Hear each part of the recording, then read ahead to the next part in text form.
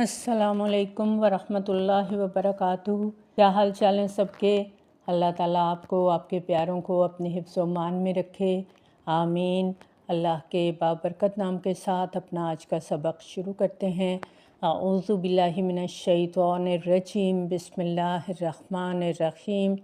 رب اشرح لی صدری ویسر لی امری واحلل عقدۃ من لسانی یفقہوا قولی واجعل لی وزیرا من اہلی ربنا زدنا علما ربنا زدنا علما ربنا زدنا علما اللہم فقہنا فی الدین، آمین۔ آج کا ہمارا سبق پارہ نمبر 5 ہے، سورۃ نساء ہے، آیت نمبر 34 نمبر آیت سے آج ہم اپنا سبق شروع کرنے جا رہے ہیں۔ بسم اللہ الرحمن الرحیم۔ الرجال مرد، قوامون قوام ہیں، علی النساء اوپر عورتوں کے، قوام قاف واو میم۔ قوام کہتے ہیں ذمہ دار، محافظ، منتظم، مدبر، متفکل۔ قوام کے بعد جب علی آ جاتا ہے تو اس کا مطلب ہوتا ہے نگہبانی کرنا، ضرورتوں کا خیال رکھنا، نگہداشت کرنا۔ مرد عورتوں کی نگہبانی کریں، ان کی ضرورتوں کا خیال رکھیں، ان کی ہر چیز کا خیال رکھیں۔ مرد کو قوام کہہ کر ایک بھاری بوجھ اس کو دے دیا گیا اور عورت کو آزاد کر دیا گیا۔ کیا وجہ ہے؟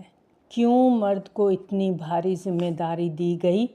اللہ تعالیٰ نے فرمایا بما، بوجہ اس کے جو فضل اللہ، فضیلت دی اللہ نے، بعضہم ان میں سے بعض کو، علی بعضن اوپر بعض کے۔ مرد کو اللہ تعالیٰ نے فضیلت دی، مرد کے اندر جسمانی قوت زیادہ ہوتی ہے، ذمہ داری نبھانے کی صلاحیت زیادہ ہوتی ہے۔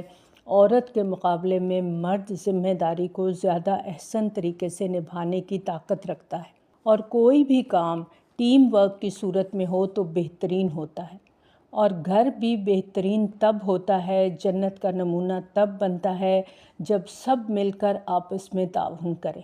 مرد کو قوام سمجھیں اور سب آرگنائزڈ طریقے سے گھر کی چھوٹی سی ریاست کو چلائیں۔ جس طرح ملک کو چلانے کے لیے سربراہ کی ضرورت ہوتی ہے، اسی طرح گھر کی مملکت کو چلانے کے لیے بھی ایک سربراہ کی ضرورت ہوتی ہے، اور وہ اللہ تعالیٰ نے مرد کو بنایا۔ عورت کی ہر ضرورت کو پورا کرنا، یہ مرد کی ذمہ داری ڈال دی گئی۔ مرد جسمانی لحاظ سے مضبوط ہوتے ہیں، مشقت زیادہ کر سکتے ہیں۔ اللہ تعالیٰ نے فرمایا کوئی بھی سردار اپنی قوم کا خادم ہوتا ہے۔ مرد کو اللہ تعالیٰ نے سرداری دی کہ عورت کی خدمت کرے، اپنی ذمہ داریاں پوری کرے اور عورت کی ضروریات کا خیال رکھے۔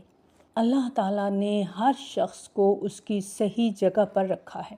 عورت کے ذمے گھر کا خیال رکھنا، بچوں کی تعلیم اور تربیت کرنا، یہ اس کی ذمہ داری ہے، اور مرد کے ذمے کما کر لانا ہے، اور کمائی کرنا یہ زیادہ محنت کا کام ہے، اس لیے اللہ تعالیٰ نے مرد کو قوام بنایا ہے۔ آج آپ دیکھیں کہ آزادی نسواں کے نعرے نے عورت کو کتنا بوجھل کر دیا ہے، اور اس کے ساتھ عورت کیا خوش فہمی کا شکار ہو چکی کہ ہم آزاد ہو گئی ہیں، حالانکہ ہوا کیا ہے؟ مرد آزاد ہو گئے ہیں۔ اب عورت گھر کے کام بھی کر رہی ہے، سودا سلف بھی لا رہی ہے، کما کے بھی لا رہی ہے، بچوں کی پرورش بھی کر رہی ہے، جاب بھی کر رہی ہے، گھر کے باہر کے سارے کام کر رہی ہے، اور اس غلط فہمی کا شکار ہے کہ میں آزاد زندگی گزار رہی ہوں۔ اور مرد نے اپنے آپ کو آزاد کر لیا کہ عورت ٹھیک ہے، چاہتی ہے آزادی حاصل کرنا تو کرے، جو جی میں آتا ہے کرے، کمائے، باہر کے بھی کام کرے، گھر کے بھی کام کرے۔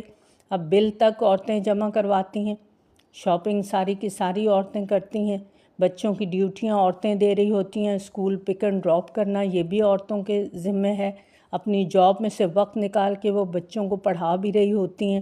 یہ سب چیزیں جو اللہ تعالیٰ نے مرد کے ذمے کی تھیں کہ وہ باہر کے کام کرے گا اور عورت گھر کے اندر گھر کو چلائے گی، بچوں کی صحیح پرورش کرے گی، لیکن آزادی نسواں نے عورت کو بوجھل کر دیا۔ آپ دیکھیں کوئی بھی ادارہ ہوگا وہ سربراہ کے بغیر نہیں چل سکتا۔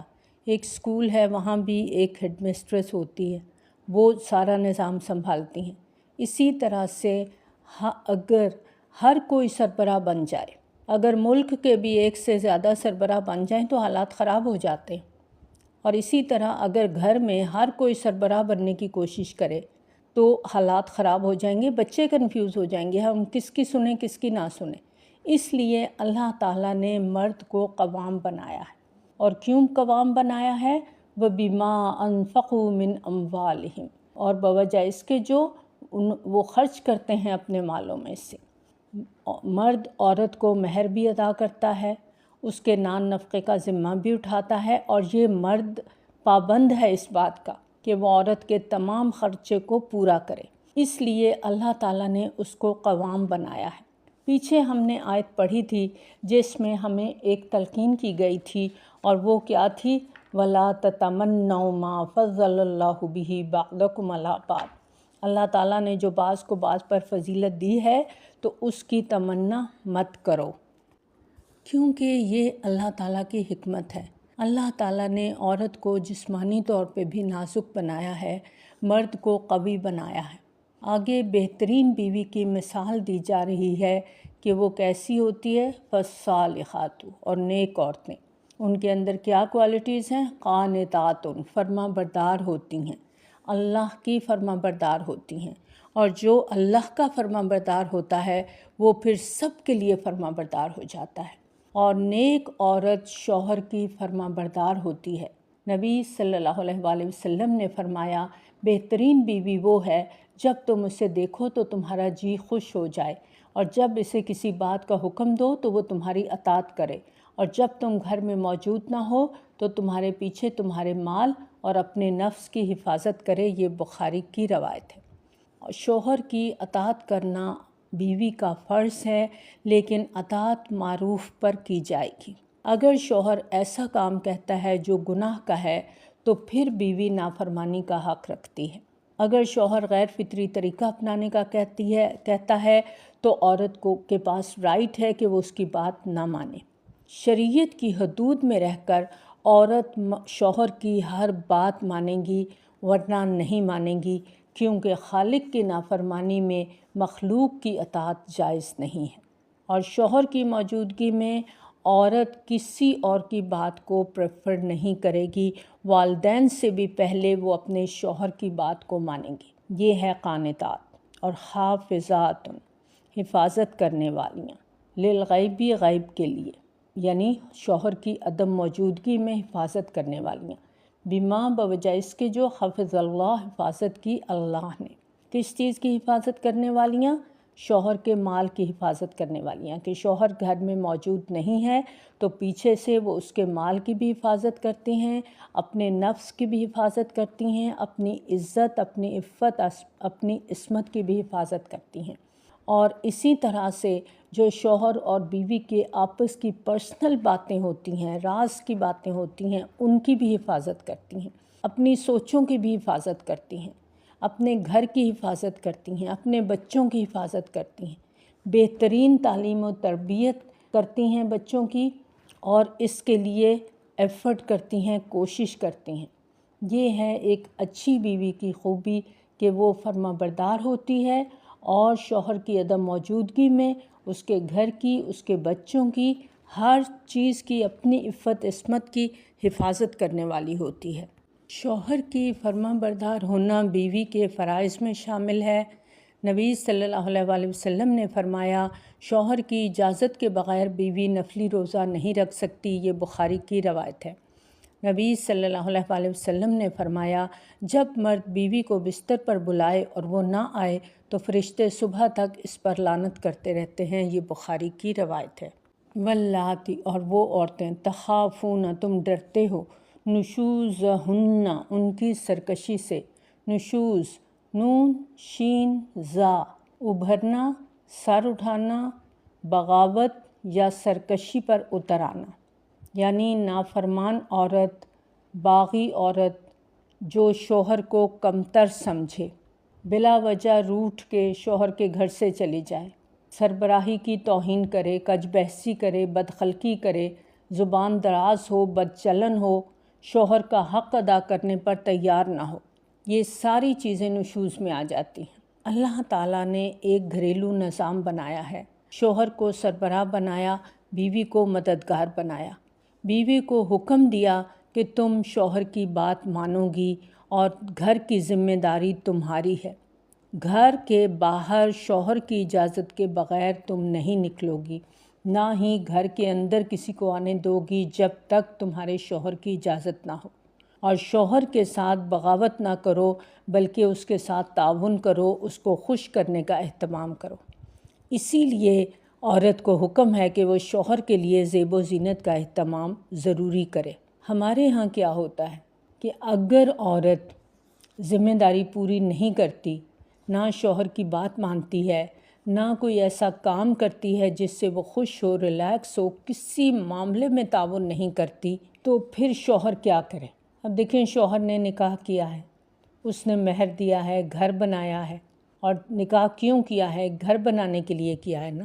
جب اسے ریٹرن میں کچھ بھی نہیں مل رہا تو کیا پھر وہ صرف اس لیے کہ سارا دن باہر خواری کرے، محنت مزدوری کرے، کما کے لائے، اور جب گھر آئے تو بکھرا ہوا گھر، گندے بچے، سالن کی بو میں لپٹی ہوئی بیوی سامنے نظر آئے اور آتے ہی شکایتوں کے بنڈل شروع ہو جائیں؟ یا گھر آئے تو بیوی صاحبہ گھر سے ہی غائب ہیں، کبھی کسی ہمسائے کے ہاں، کبھی کسی ہمسائے کے ہاں۔ اب شوہر کیا کرے؟ شوہر کا بھی حق ہے، اس سے بھی خوشیاں حاصل کرنے کا حق ہے۔ ایک اچھا گھرانہ وہ ہوتا ہے جہاں شوہر کما کر لائے اور بیوی اس کے لیے خوشی اور سکون کا باعث بنے، اور حضرت خدیجہ رضی اللہ تعالیٰ عنہا اس کی بہترین مثال ہے۔ اب دیکھیں، جب وحی کا وقت آیا تھا اور نبی صلی اللہ علیہ وآلہ وسلم گھبرائے ہوئے گھر تشریف لائے تھے، تو کس طرح حضرت خدیجہ رضی اللہ تعالیٰ عنہا نے ان کو تسلی دی تھی، کمبل اڑایا تھا، ان کو تسلی کے الفاظ بولے تھے، پھر اپنے پھوپھی زاد بھائی کے پاس لے کر گئی تھی۔ بیوی ہمدرد اور غمگسار ہو، اور اگر وہ سوائے شوہر کے مال اور اس کے سٹیٹس سے دلچسپی رکھنے کی بجائے اپنی ذمہ داریوں کو نبھائے تو وہ پسندیدہ ہے، لیکن اگر اسے صرف پیسے سے طلب ہے اور اپنی ذمہ داریوں کی کوئی پرواہ نہیں تو پھر ایسی بیوی پسندیدہ نہیں ہے۔ اب ایسی صورت میں نتیجہ کیا ہوتا ہے کہ جب شوہر کو گھر میں سکون نہیں ملتا، گھر میں نہ رونق ہے، نہ مسکراہٹ ہے، نہ کوئی اچھے طریقے سے بات کرتا ہے، ایک ہیبت چھائی ہوئی ہے، تو پھر کیا ہوگا؟ مرد تو باہر ہی جائے گا نا، باہر نکلے گا، وہیں جائے گا جو اس کی دلجوئی کرے گا، پھر وہاں پر اپنا وقت بھی لٹائے گا، مال بھی لٹائے گا، تو کیا ہوگا؟ پورے معاشرے کے اندر خرابی پیدا ہوگی۔ اب بعض عورتیں اتنی سڑیل مزاج ہوتی ہیں کہ چھوٹی چھوٹی باتوں پہ ناراض ہونے لگتی ہیں، اور ناراض ہو کے پورے گھر کا ماحول خراب کر دیتی ہیں، چیختی چلاتی ہیں، مردوں کو بھی گمراہی کا راستہ دکھاتی ہیں۔ اللہ تعالیٰ نے عورت پر ذمہ داری ڈالی ہے، پھر اس کی کوالٹیز بھی بتا دیں۔ فَالصَّالِحَاتُ قَانِتَاتٌ حَافِظَاتٌ، قانتات ہوتی ہیں، حافظات ہوتی ہیں، سبمسو پرسنالٹی ہوتی ہے۔ عورت کو اپنا کردار ادا کرنا ہے، اسے چاہیے کہ وہ شوہر کی بات مان لیا کرے اور گھر کے رازوں کی حفاظت کرے، چھوٹی چھوٹی باتوں کو ایشو نہ بنائے۔ اب تو موبائل کی وجہ سے اتنی بیماری یہ بڑھ گئی ہے کہ چھوٹی سے چھوٹی بات بھی پہلے ماں کو فون کیا جاتا ہے، پھر بہن کو کیا جاتا ہے، پھر کسی سہیلی کو، کسی کزن کو کیا جاتا ہے، اور ایک ایک بات بتائی جاتی ہے، اور پھر ادھر سے الٹی پلٹی ترکیبیں بتائی جاتی ہیں، یہ کر لو وہ کر لو۔ تو نقصان کس کا ہو رہا ہے؟ عورت کا ہو رہا ہے نا۔ مرد کو یہاں راستہ بتایا جا رہا ہے کہ اگر ایسی صورتحال ہو، واللاتی تخافون نشوزہن، وہ عورتیں تم ڈرتے ہو ان کی سرکشی سے، یعنی عورت سرکشی کر رہی ہے، بدتمیزی کر رہی ہے، بات نہیں مانتی، فعظوہن، تو سب سے پہلے نصیحت کرو، آرام سے سمجھاؤ، بٹھا کے پیار کے ساتھ۔ اگر باز نہیں آتی، وَہْجُرُوهُنَّ فِي الْمَضَاجِعِ، تو چھوڑ دو ان کو ان کی خوابگاہوں میں، بستر الگ کر دو۔ شوہر کی خاموشی یا سرد جنگ عورت کے لیے تکلیف دہ بات ہوتی ہے، فرمایا الگ ہو جاؤ، بیڈ روم الگ کر لو، کولڈ رسپانس دے دو۔ ہو سکتا ہے کہ عورت اپنے رویے سے باز آ جائے، اگر اس میں ذرا سی بھی سمجھ بوجھ ہوگی تو وہ اس ناراضگی کو برداشت نہیں کر سکے گی، اپنی غلطی پر غور کرے گی، اپنے رویے کو غور کرے گی کہ مجھے کیا وجہ ہے کہ میرے شوہر نے بستر الگ کر لیا۔ اگر پھر بھی نہ مانے، کوئی طریقہ نہ رہے، تو پھر لاتوں کے بھوت ہے، باتوں سے نہیں مانیں گے۔ اب کیا ہے؟ آخری درجہ ہے گھر بچانے کا، وَاضْرِبُوهُنَّ، اب تم انہیں مار بھی سکتے ہو۔ اور مارنے میں کیا ہے؟ نبی صلی اللہ علیہ وآلہ وسلم نے ابتدا میں مارنے سے بالکل منع فرمایا، لیکن بعد میں اجازت دے دی، لیکن ساتھ ہی فرمایا کہ تم میں سے اچھے لوگ وہ ہیں جو ہرگز نہیں ماریں گے۔ یہ ابو داؤد کی روایت ہے۔ نبی صلی اللہ علیہ وآلہ وسلم نے فرمایا، خبردار عورتوں سے متعلق نیک سلوک کی وصیت قبول کرو، وہ تمہارے پاس صرف تمہارے لیے مخصوص ہیں، اس کے سوا تم ان کے کچھ بھی مالک نہیں ہو، بجز اس کے کہ وہ کھلی بے حیائی کریں۔ اگر وہ ایسا کریں تو تم انہیں بستروں میں علیحدہ کر سکتے ہو اور اس طرح مار سکتے ہو کہ انہیں چوٹ نہ آئے۔ یہ ترمذی کی روایت ہے۔ عبداللہ بن مسعود رضی اللہ تعالیٰ عنہ نے اس کی وضاحت کرتے ہوئے فرمایا کہ مسواک سے مارا جائے، چہرے پر نہ مارا جائے، اور اس طرح مارا جائے کہ جسم پر نشان نہ پڑے۔ اور بعض علماء نے صرف ہاتھ اٹھا کر دھمکی دینے کی ترغیب دینے کے لیے کہا۔ نبی صلی اللہ علیہ وآلہ وسلم نے فرمایا، تم میں سے کوئی اپنی بیوی کو اس طرح نہ مارے جیسے غلام کو مارتے ہو۔ یہ مسلم کی روایت ہے۔ سیدنا ابو مسعود رضی اللہ تعالیٰ عنہ کہتے ہیں کہ میں غلام کو کوڑے مار رہا تھا کہ مجھے آواز آئی، ابو مسعود جان لو، ابو مسعود جان لو۔ وہ کہتے ہیں ہیبت کی وجہ سے میرے ہاتھ سے کوڑا گر گیا۔ نبی صلی اللہ علیہ وآلہ وسلم نے فرمایا، ابو مسعود خوب سمجھ لو، جتنی قدرت تمہیں اس غلام پر ہے، اس سے کہیں زیادہ قدرت اللہ کو تم پر ہے۔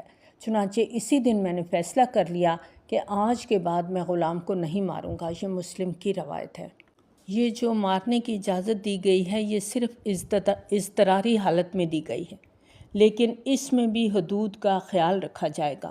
اب دیکھیں، بعض اوقات دوائی سے فرق نہیں پڑتا تو پھر آپریشن کرنا پڑتا ہے، لیکن فَإِنْ أَطَعْنَاكُمْ، پھر اگر وہ اطاعت کریں تمہاری، فَلَا، تو نہ تبغوا، تم تلاش کرو، علیہن، ان پر، سبیلا، کوئی راستہ، یعنی اگر وہ تمہاری بات مانتی ہیں تو پھر تم ان کے ساتھ زیادتی نہیں کرو گے، کیونکہ کچھ مرد بھی نفسیاتی مریض ہوتے ہیں، ان کے ہاتھوں میں کھجلی ہوتی ہے، انہیں چین نہیں آتا جب تک مارے نہ، روزانہ مار پیٹ ان کا ایک وتیرہ بن چکا ہوتا ہے۔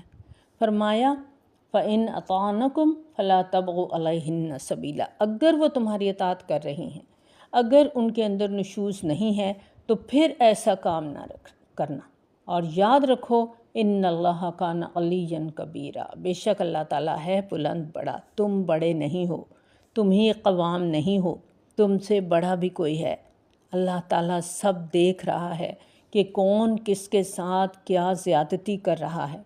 اگر عورت بات مان رہی ہے، تمہاری ہر بات پہ یس کہہ رہی ہے، تو صرف اپنا روب رکھنے کے لیے اس کو پچھلی باتیں یاد کرانا، یا اس سے انتقام لیتے چلے جانا، یا اس اجازت سے جو یہاں دی گئی اس سے ناجائز فائدہ اٹھانا، تو پھر اللہ تعالیٰ بلند ہے، بڑا ہے، وہ خود تم سے نبٹ لے گا، وہ سب جانتا ہے کہ تم کیا کر رہے ہو۔ وَإِنْ خِفْتُمْ، اور اگر ڈرو تم، شقاق، اختلاف سے، بینہما، ان دونوں کے درمیان، فَابْعَثُوا، تو بھیجو، حکماً، ایک حکم، حکم کہتے ہیں فیصلہ کرنے والا، من اہلہ، اس کے گھر والوں میں سے، یعنی مرد کے گھر والوں میں سے، وحکماً، اور ایک حکم، من اہلہا، اس کے گھر والوں میں سے، یعنی عورت کے گھر والوں میں سے۔ اب یہ تین حال پہلے بتائے گئے کہ آرام سے، پیار سے بٹھا کے نصیحت کرو، پیچ اپ کی کوشش کرو، اس کو سمجھاؤ، اگر وہ نہیں مانتی تو بستر الگ کر لو، ورنہ ہلکی پھلکی مار دے کر اسے صحیح راستے پر لانے کی کوشش کرو۔ اب تینوں حل کامیاب نہیں ہیں تو بھی اسلام ہمیں اس بات کی اجازت نہیں دیتا کہ فوراً جدائی کا فیصلہ کر لیا جائے۔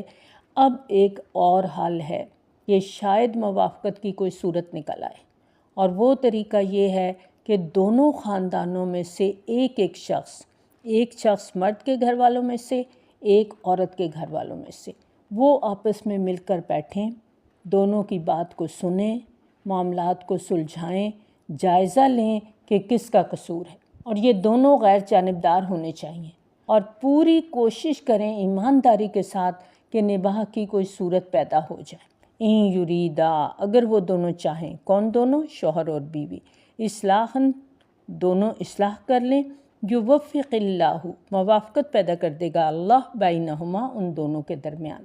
ان اللہ، بے شک اللہ تعالیٰ، کان ہے علیماً، علم والا، خبیرہ، خبر رکھنے والا۔ اللہ تعالیٰ باخبر ہے، انسانوں کے حالات وہ اچھی طرح سے جانتا ہے۔ پچھلی آیت میں حل دیا گیا لیکن معاملہ نہیں سلجھ رہا، تو اب ضروری نہیں ہے کہ بیوی قصوروار ہے، ہو سکتا ہے شوہر میں غلطیاں ہوں۔ اگر بیوی زیادتی کر رہی ہے تو اللہ تعالیٰ نے شوہر کو قوام بنایا، شوہر کو اصلاح کے طریقے بتائے کہ ان طریقوں کو اختیار کرے۔ لیکن اگر شوہر میں خرابی ہے، شوہر بدتمیزی کرتا ہے، مار پیٹ کرتا ہے، ستاتا ہے، اور عورت بالکل بے بس ہے، وہ سمجھا بھی نہیں سکتی، روٹھ کے کہاں جائے، مارنے کا تو سوال ہی پیدا نہیں ہوتا، فزیکلی کمزور ہوتی ہے، مارے گی تو اپنا نقصان کرے گی۔ اللہ تعالیٰ نے عورت کے فائدے کے لیے اسے مارنے سے روکا ہے۔ تو مسئلے کا حل بتایا جا رہا ہے کہ اب عورت بے بس ہے، وہ کچھ نہیں کر سکتی، اب طریقہ یہ ہے کہ دونوں پس منظر سے ہٹ جائیں۔ اب دونوں کے گھر والوں میں سے ایک ایک شخص وکالت کرے گا، کیونکہ جب جھگڑا ہوتا ہے تو انسان کے سوچنے سمجھنے کی صلاحیت مفقود ہو جاتی ہے۔ اب دیکھیں، غصے کی حالت میں انسان اپنے سینسز میں نہیں رہتا، پھر اتنا اپسیٹ ہو جاتا ہے، اتنا پریشان ہو جاتا ہے کہ بعض اوقات بات ہی سمجھ میں نہیں آتی، اس کو سمجھ ہی نہیں آتی کہ وہ کرے کیا۔ ایسی حالت میں صرف مشورہ کافی نہیں ہوتا، بلکہ عمل کرنا ہوتا ہے۔ اس کے لیے طریقہ کیا ہے کہ ایک حکم مقرر کیا جائے، دونوں کی طرف سے ایک ایک حکم ہو، اور اگر دونوں کی نیت ہے کہ وہ خاندان بنائیں، بچوں کی پرورش کریں، تو پھر کیا ہے؟ ان یریدا اصلاحا یوفق اللہ بینہما، اگر وہ دونوں اصلاح کرنا چاہتے ہیں تو اللہ تعالیٰ ضرور راستہ نکالے گا، ضرور موافقت پیدا کرے گا۔ لیکن اگر نیت میں فطور ہے، اگر دونوں ایک دوسرے سے جان چھڑانا چاہتے ہیں، تو پھر کوئی بھی حکم، کوئی بھی منصف مدد نہیں کر سکتا۔ ان اللہ کان علیماً خبیرہ، اللہ تعالیٰ علم والا ہے، خبر والا ہے۔ اللہ تعالیٰ سب جانتا ہے کہ کون موافقت کرنا چاہتا ہے اور کون جان چھڑانا چاہتا ہے، سب اللہ کے علم میں ہے۔ اللہ تعالیٰ نے جو طریقے بتائے ہیں وہ اللہ تعالیٰ کے علم و حکمت پر مبنی ہے۔ خاندانی بگاڑ کو سلجھانے کے لیے اللہ تعالیٰ نے جو نصیحتیں کیں وہ انسانی نفسیات کے مطابق کیں۔ وجہ کیا ہے؟ ان اللہ کان علیماً خبیرہ، اللہ علم والا ہے، خبر رکھنے والا ہے، اس کی ہر بات میں حکمت ہوتی ہے، وہ ہر بات سے آگاہ ہوتا ہے، اس کا کوئی بھی فیصلہ حکمت سے خالی نہیں ہوتا۔ وَاعْبُدُوا اللَّهَ، اور عبادت کرو اللہ کی، وَلَا، اور نہ تشرکو، تم شریک کرو، بھی ساتھ اس کے، شیئن، کچھ بھی، وَبِالْوَالِدَيْنِ احسانًا، اور ساتھ والدین کے احسان کرو۔ سورۃ نساء میں خاندانی معاشرتی زندگی کے رہنما اصول بتائے جا رہے ہیں۔ میاں بیوی کے باہمی تعلقات کی اصلاح کے بارے میں پیچھے آیات آئیں، اب معاشرے کے کچھ اور افراد کی طرف توجہ دلائی جا رہی ہے اور ان کے حقوق کی ادائیگی سکھائی جا رہی ہے۔ اور ان حقوق کی ادائیگی سے پہلے اللہ تعالیٰ نے اپنا حق بتایا ہے۔ سب سے پہلے اللہ کی عبادت کرو، یعنی اللہ کا حق پہچانو۔ وَاعْبُدُوا اللَّهَ، اللہ کی بندگی کرو، اللہ کے غلام بنو، اللہ کے بندے بنو۔